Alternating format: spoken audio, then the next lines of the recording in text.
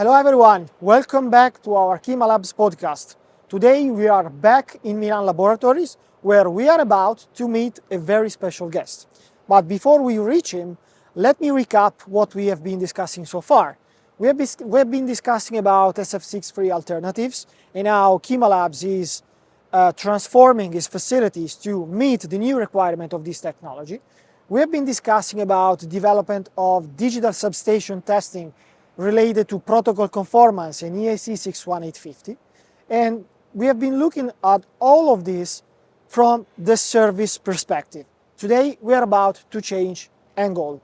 We are about to look at what means for a company like KEMA Labs to change, reshape its facilities and upgrade them in order to flexibly and quickly meet new market demand.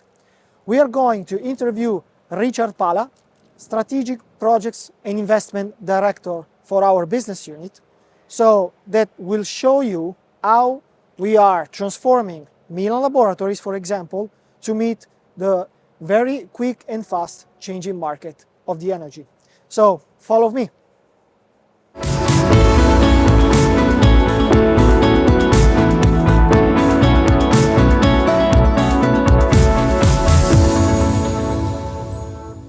Hi, Richard. Hi, Antonio. How are you doing? Fine. Thank you very much. Let's go. So, before we reach our final destination, could you introduce a little bit yourself and your role in Chesi Group and KEMA Labs? Yes, of course. So, first of all, thank you for having this opportunity to talk together. It's always a pleasure. My journey in Chesi started years ago. In Chesi, and not only in Chesi, also in the energy sector. And it has been an incredible experience. Especially growing inside the company taught me a lot. Especially one point that I always like to stress is the fact that being in this company taught to me that progress is not only technology, but it's more about people, about know-how, about shared value.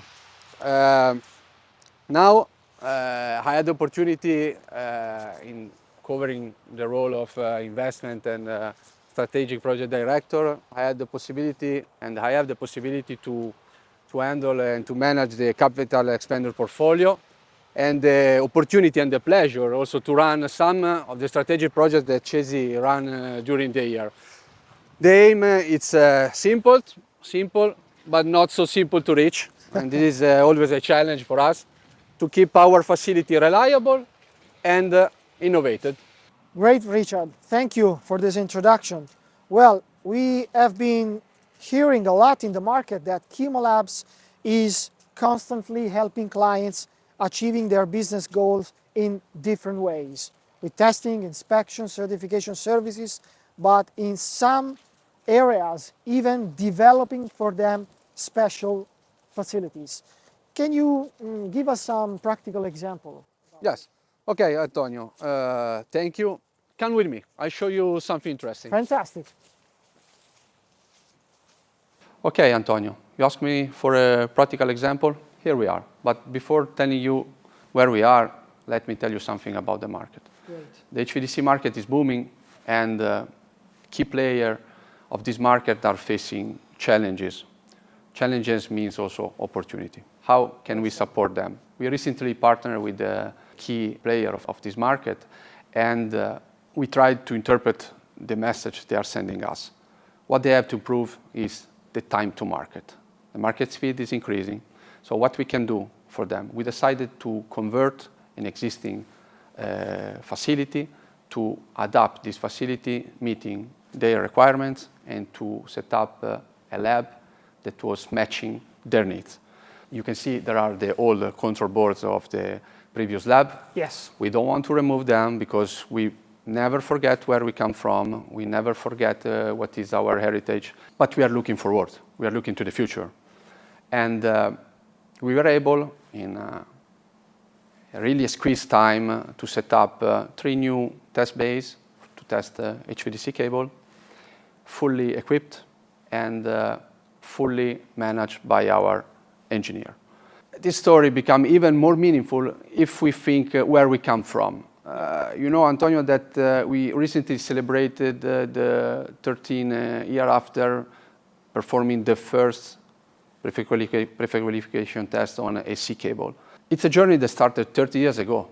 Yeah. But now, in the present, we are now testing a similar product, but with new technology. So, from the past to the present, looking at the future. It seems romantic, but this is what we do with passion. Great, great. That's a fantastic story, Richard. Thanks for this example that perfectly, match what was the topic I wanted to bring on the table for our audience today. Let me make a parallelism with the software industry. So, are we moving from a testing, inspection, and certification business towards an extension of this that we can define a lab as a service one?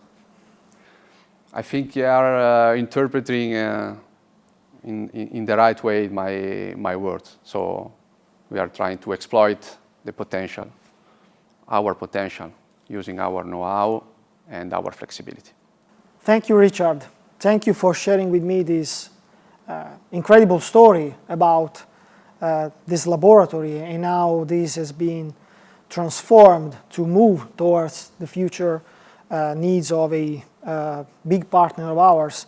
And if I think about what happened here in this lab, it reminds me a very famous quote I heard about the beginning of my career, that it is not the strongest species that survive, nor the most intelligent, but the one that is most responsive to change. And if you think about it, this comes from Charles Darwin studies, but it is applicable to every piece and every environment of our life, and in this case of our business.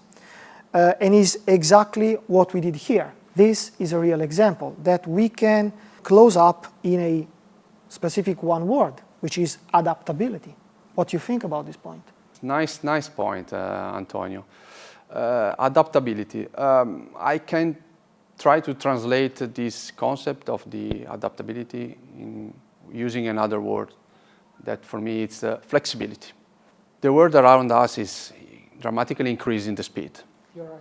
This speed is generating tons of information, tons of input. And we have to try to catch the right messages from the market, from the customer, and even from the future. So what we are trying to do is to listen. The first thing is to listen to who is talking with us everywhere, during conferences, during daily meeting, while working with the experts coming from other companies, other partners. And let's say this is the external side of the flexibility. And if we try to translate this concept of flexibility internally, I'm thinking to another word that it's more adaptable and more focused internally. That is the agility. And the agility means listen, translate internally this message, translate this message in what? In actions. Yes. To be able to reply to our customer and to our partner in the fastest way. As I said before, the world around us is super quick, super fast, and we have to do the same to try to exploit the potential and try especially to anticipate the future. Yeah. Well, if you think about it, our business, this place, is about anticipating the future, because here we are testing the equipment before they reach the market. So what we see here is a snapshot of what is going to happen in the future and what is going to be installed in network infrastructures, what is going to be operated by utilities and end users. So I completely agree with your point of view. Yeah, it's like, just a last word on that. As we said often, we are testing the future. Here we are testing the future. Great, Richard. So future, you just said future. So speaking about future, what you think, based on the actual market trends, what you think comes next for us now? If I look outside, I see as I said before, a lot of speed and the need of speed too, again, to reply. We are looking outside and we see that the grid is going to be renovated. It's not outdated, it just needs to be renewed. And this will bring also a digitalization of the net. And as a consequence, we are already looking to the issues related to the cybersecurity. Great. And this is something that is ongoing now. It's something that we are already discussing, and we are preparing the future. We are already working on that. Great, Richard. Thank you very much for conducting us throughout this fantastic journey today, packed of experiences about how a company like us is constantly transforming and evolving its way of doing business for our clients based on their market needs and based on the fast speed of the market that is nowadays out there and you just highlighted. So thank you very much Thank you, Antonio, for providing us this point of view. And what can I say to our audience? I hope you enjoyed the content of our podcast today, and I look forward to having you for our next episode. So stay tuned throughout our website and our social media channel, and looking forward for the next episode. Thank you very much.